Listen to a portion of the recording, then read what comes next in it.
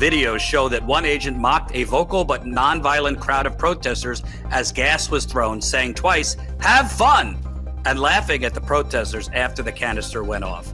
The agent then yelled, "Throw another one," and prepared a second canister. Similarly, one agent told another, "Hey, throw it," the tear gas, for fun. An admission that this use of force was not justified. Deploy the fucking gas. Hey, just tear gas them for fun. And we're told, we're just going after the criminals. They are the criminals. You want to see what real independent journalism funded by the people for the people looks like? You ever heard a story like this in America? You're looking at it. Congratulations for always being somewhere where mainstream media is not. Flint, Michigan. See you in Nevada. Thanks to people like you, we could get the truth. Corporate media, they've been lying to us for years, and you're going straight to the people. You are the man. I'm glad you're here.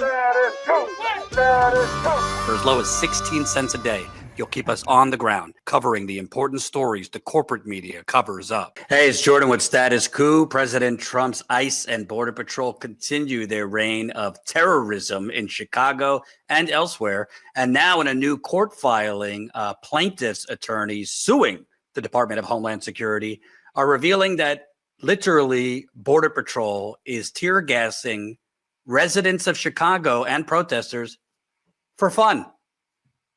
Literally. Let me read you some of a court filing that was released overnight. This is in ongoing court filings that are being released rapid fire. This is in regards to Greg Bovino and Border Patrol tear gassing and unleashing pepper balls in Chicago's Little Village. Defendants contend agents operated with, quote, extreme professionalism and did everything right when they were blocked in at the intersection of 27th and Whipple during pandemonium. According to defendants, tear gas was deployed but was ineffective and was then deployed again after people prevented them from leaving. Defendants also contend Bovino was hit in the head with a rock during this incident. Tear gas, something he says the court, quote, should see what it's like before issuing orders like the temporary restraining order. That's in regards to the temporary restraining order the judge filed to get them to stop releasing tear gas. At the bottom, it says, at deposition today, Bovino claimed there is video of him being hit with a rock and that he has viewed the footage. The plaintiffs are aware of no such video and have requested an immediate production, i.e., he's lying. Of course he's lying. Continued. The truth, however, is that agents were not boxed in and there was no, quote, pandemonium. The body-worn camera from a vantage point at the intersection of 27th and Whipple to the east of where tear gas was deployed shows clear means of egress that direction. Yet agents, including Bovino, reportedly used tear gas on observers and protesters to the west of the intersection in the absence of any threat and without warning. Agents used other munitions as well, including shooting a silent observer in the neck with a pepper ball from point-blank range. Body-worn camera video also shows Bovino throwing tear gas above the heads of the crowd without warning and despite an absence of threats or violence. Bovino tells his officers, quote, if you need to deploy gas, you deploy fucking gas. Let me repeat. Bovino said, if you need to deploy gas, you deploy fucking gas, which... Reminder, tear gas is banned in war after the First World War because it's a chemical weapon. And here you have Trump's head of Border Patrol, who I think has a bit of a Napoleon complex, if you ask me, saying, deploy the fucking gas. To which an officer responded, no, we're good. We're ready to move out whenever you are. Agents were not prevented from leaving. Bovino provoked violence. Soon after, an agent shot someone close range with ammunition and threw more gas at protesters, all without warning.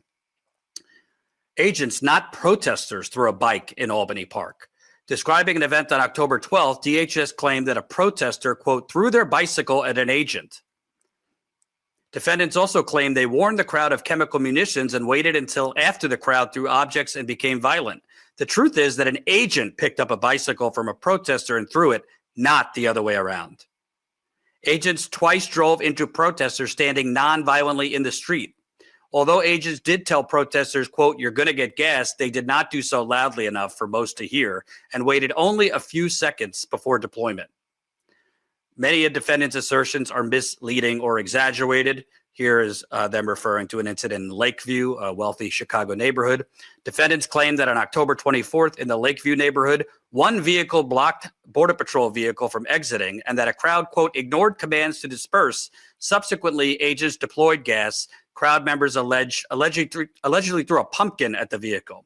In fact, defendants used gas in a residential neighborhood multiple times without audible warnings after residents protested their arrest of a person in the front yard of a residence. Defendants' own videos show that one agent mocked a vocal but nonviolent crowd of protesters as gas was thrown, saying twice, "Have fun," and laughing at the protesters after the canister went off. The agent then yelled, "Throw another one," and prepared a second canister. Similarly, one agent told another, "Hey, throw it," the tear gas, for fun, an admission that this use of force was not justified by an exigency.